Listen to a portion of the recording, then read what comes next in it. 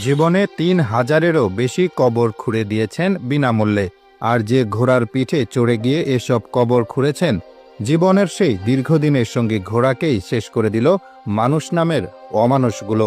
কবরের কারিগর হিসেবে পরিচিত সহজ সরল মনু মিয়া। মানুষের শেষ যাত্রার সময় ডাক পড়ে তার। কারো ইন্তেকালের খবর পেলেই কোদাল, শাবল আর দরকারি সব যন্ত্রপাতি সঙ্গে নিয়ে নিজের ঘোড়ায় চড়ে কবরস্থানে ছোটেন তিনি। মানুষের শেষ বিদায় বেলায় তিনি তার সাহায্যের হাত বাড়িয়ে দেন। দীর্ঘ ৫০ বছর ধরে তিনি এই কাজ করে চলেছেন।